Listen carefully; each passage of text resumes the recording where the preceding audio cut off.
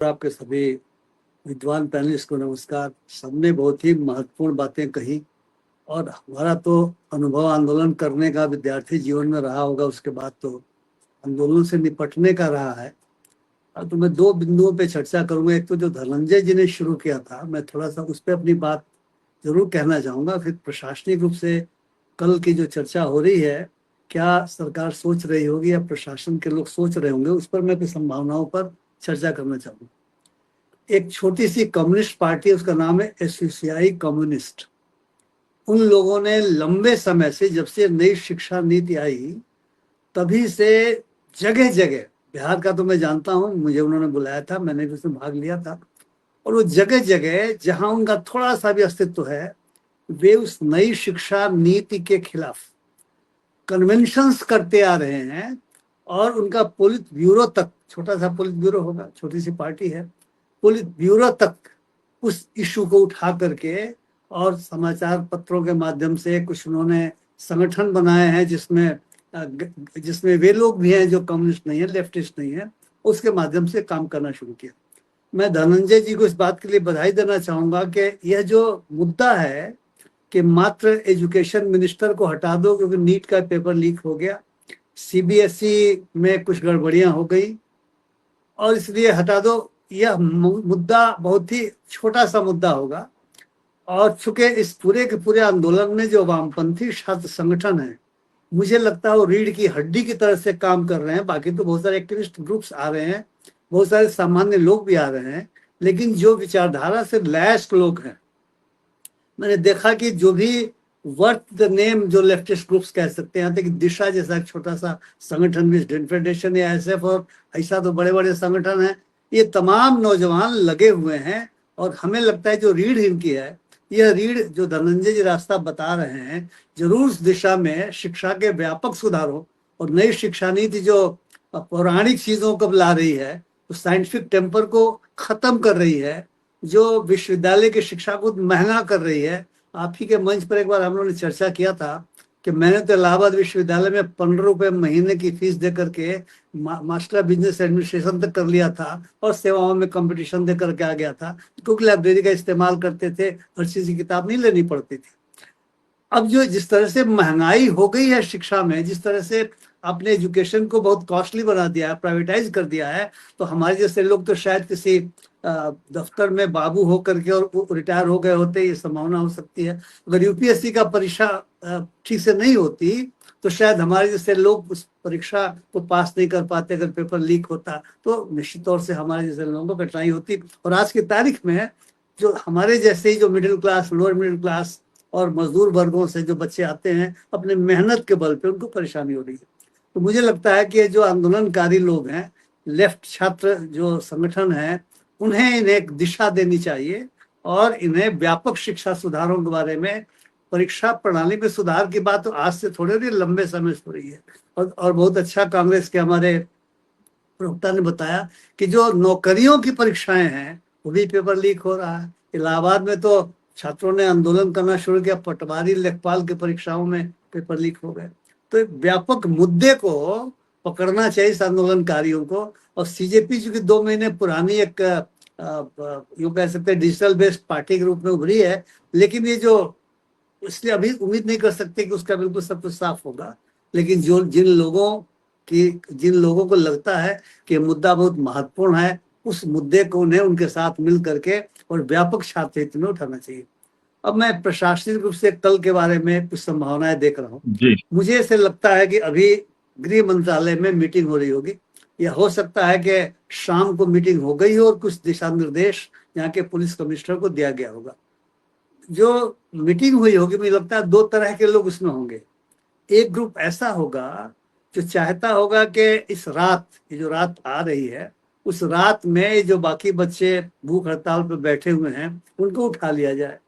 और उनकी कोशिश होगी कि जो भीड़ है वहां पे रात में जो भी होगी, उस भीड़ को तितर बितर कर दिया जाए। और इसके साथ साथ कल, जैसे हम लोगों ने कल भी चर्चा की थी, उनकी कोशिश होगी कि पूरे दिल्ली को घेर लिया जाए, जो बाहर से ट्रेनों से लोग आ रहे होंगे, और मेट्रो स्टेशन वगैरह को कर लिया जाए ताकि जमावड़ा नहीं हो। लेकिन एक और भी ग्रुप होगा जो कहता होगा, और इसलिए भी कहता होगा क्योंकि कल जिस लचर तरीके से सोनम वांगचुक को उठाने का ऑपरेशन किया गया, बिल्कुल बिल्कुल अनप्रोफेशनल तरीके से किया गया, उसको हम लोगों ने चर्चा किया था, और उसकी वजह से विद्यार्थियों का क्रोध भड़क उठा है। आज हम बहुत सारे लोगों को सुन रहे थे, यूट्यूब पर बोल रहे थे और कह रहे थे हम इसलिए आए हैं कि सोनम वांगचुक को इस तरीके से उठाया गया, उनके साथ बदतमीजी की गई। हालांकि दिल्ली हाई कोर्ट ने आज संडे है, लेकिन दिल्ली हाई कोर्ट में गीतांजलि जी, उनकी श्रीमती जी गई थी, उन्होंने अनुरोध किया था कपिल सिब्बल के माध्यम से कि इनको जो मेदांता है वहां ले जाने की अनुमति दी जाए, लेकिन कोर्ट ने कहा नहीं, सरकार बेटर जानती है कि इनको सफदरजंग अस्पताल में रहने दिया जाए। और जो एडिशनल सॉलिसिटर जनरल है उसने कहा कि राष्ट्रपति भी सरकारी अस्पताल में जाकर के अपना इलाज कराती है। तो उसने एक मुहर लगा दी हाई कोर्ट ने कि नहीं, सरकार ने उनको जहाँ रखा ठीक है। इसका क्या मतलब हुआ? इसका मतलब ये हुआ कि वे कस्टडी में, वे हिरासत में है, बिल्कुल साफ है। और ये बात समझ लेना चाहिए कि इसके वजह से छात्रों का गुस्सा भड़का है। तो दूसरा ग्रुप कहता होगा कि आप इनको, जैसे आपने पार्लियामेंट स्ट्रीट थाना कहा, वहां तक या 500 मीटर के लिए मार्च के लिए अनुमति दे दीजिए, या अगर नहीं भी अनुमति देते हैं तो वहां तक जाए तो बहुत कुछ मत कीजिए, समझाना बुझाना शुरू कीजिए, माइक से माइकिंग कीजिए, और वहां से आगे बढ़ने मत दीजिए। और वहां भी लोग बैठ करके जो भाषण करेंगे, उनके अंदर का जो स्टीम है, उनके अंदर का जो भाप है, उड़ जाएगा और सब कुछ सामान्य हो जाएगा। और इसके बाद तो सरकार, वैसे ही सरकार तो एजुकेशन मिनिस्टर का इस्तीफा और प्रधानमंत्री का इस्तीफा मांग सकते हैं, और मांगना भी चाहिए, लेकिन जब धर्मेंद्र प्रधान का नहीं हो तो प्रधानमंत्री का क्या होगा।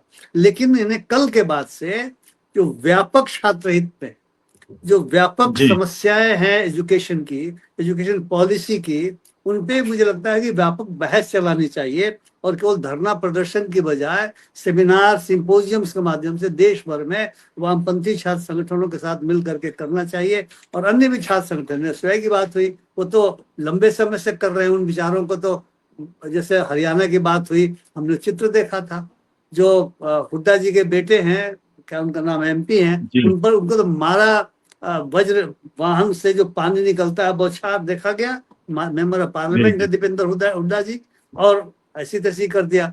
अभी तक इस आंदोलन में जो चल रहा है कोई बल प्रयोग नहीं किया गया है, इसलिए लोग चाहेंगे शायद कल कि एक स्टीम निकालने का मौका दिया जाए और बंद कर दिया जाए। अब इन दो संभावनाओं के बीच में अंतिम रूप से क्या होम मिनिस्टर का फैसला होता है, प्रधानमंत्री का क्या फैसला होता है, जो उनका कोर टीम है वो क्या निर्णय लेता है। क्योंकि धर्मेंद्र प्रधान तो कह ही चुके हैं कि आतंकवादियों की भी टीम है, और नितिन नवीन कह ही चुके हैं कि यह तो टुकड़े टुकड़े गैंग है, और चूंकि वामपंथी संगठन है तो बोलेंगे तो अर्बन नक्सल्स है, आप जैसे लोग गए हैं तो बोले आंदोलनजीवी हैं।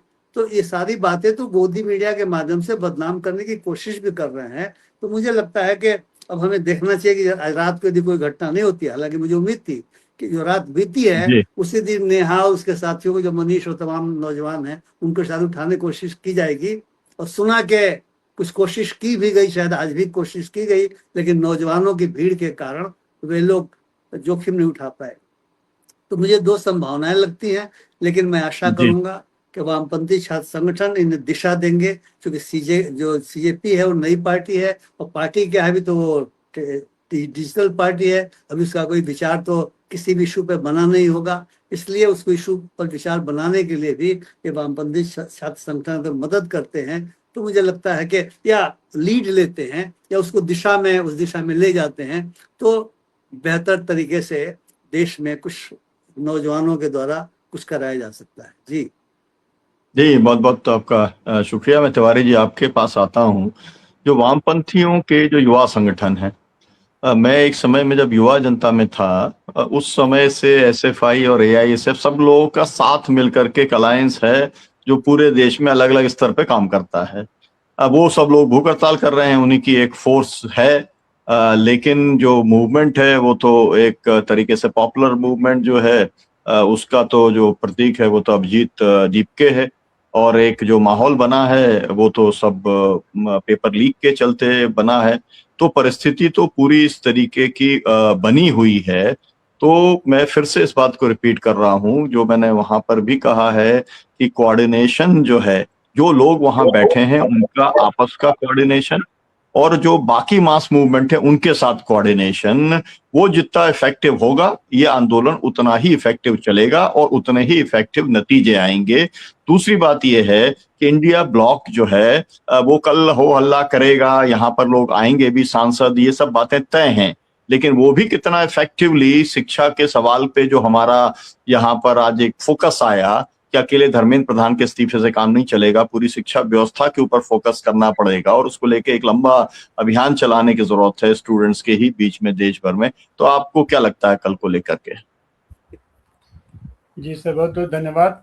देखिए, विद्यार्थी समूह तो एक हित समूह है और विद्यार्थी आंदोलन दबाव समूह के रूप में काम करता है और इनकी एकमात्र मांग है, और दबाव समूह किसी पर्टिकुलर विषय को लेकर के बात करता है, अपनी मांग को लेकर बात करता है। तो ये जो आंदोलन है उसका तो एक ही मांग है कि धर्मेंद्र प्रधान का इस्तीफा हो। तो यहाँ तक तो ठीक है, धर्मेंद्र प्रधान का इस्तीफा हो, लेकिन अब ये बात जैसे उसके आगे बढ़ गई है कि प्रधानमंत्री मोदी का इस्तीफा हो। अब ये राजनीतिक आंदोलन है और इसका निर्णय सड़क से नहीं होगा, इसका निर्णय तात्कालिक रूप से सदन में होगा। तो सदन में भी लोग कितना इसके प्रति वो संवेदनशील हैं और इसकी कितनी गंभीरता समझते हैं, इसका फैसला सदन में हो सकता है कि वहां से प्रधानमंत्री का इस्तीफा ले लिया जाए। और परिस्थितियां बता रही हैं, क्योंकि सदन के अंदर भी जो हमारे सांसद लोग हैं, निश्चित रूप से भारतीय जनता पार्टी, मोदी की पार्टी वहां मात्र 240 की संख्या में है, तो वहां पर इसका असर हो सकता है। और बाकी लोग भी जो उनके समर्थन में जुटे हैं, अगर उनको ये दिखाई पड़े कि नहीं बाहर का दबाव समूह, बाहर का हित समूह ऐसा है कि आने वाले दिनों में हमको दिक्कत जाएगी सड़क पर। अब जैसे आज ही था, धर्मेंद्र प्रधान निकल रहे थे और वहां के आम लोगों ने घेर दिया, उनसे कहा इस्तीफा दो, इस्तीफा दो, इस्तीफा दो। इस तरीके का माहौल अगर अंदर इस समय जो लोग जो निर्वाचित लोग हैं, अगर उनके सामने ये बात आ जाएगी तो वो लोग वहां पर प्रधानमंत्री का इस्तीफा ले सकते हैं। तो वो चीज तो फिर उस पर होगा। और एक बात और हम बताएं कि ये जो आंदोलन है कुछ माने में बहुत ही पिकूलियर टाइप का आंदोलन है।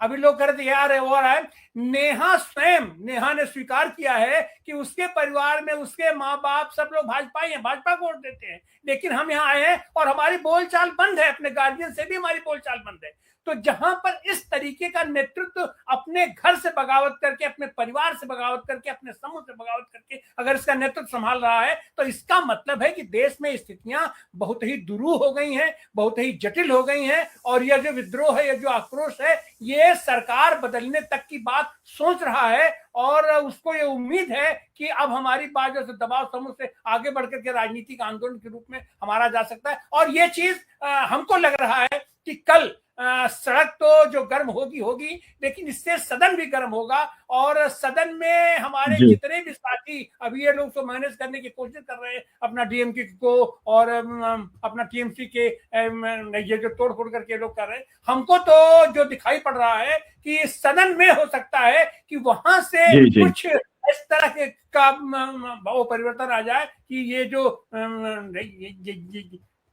आंदोलन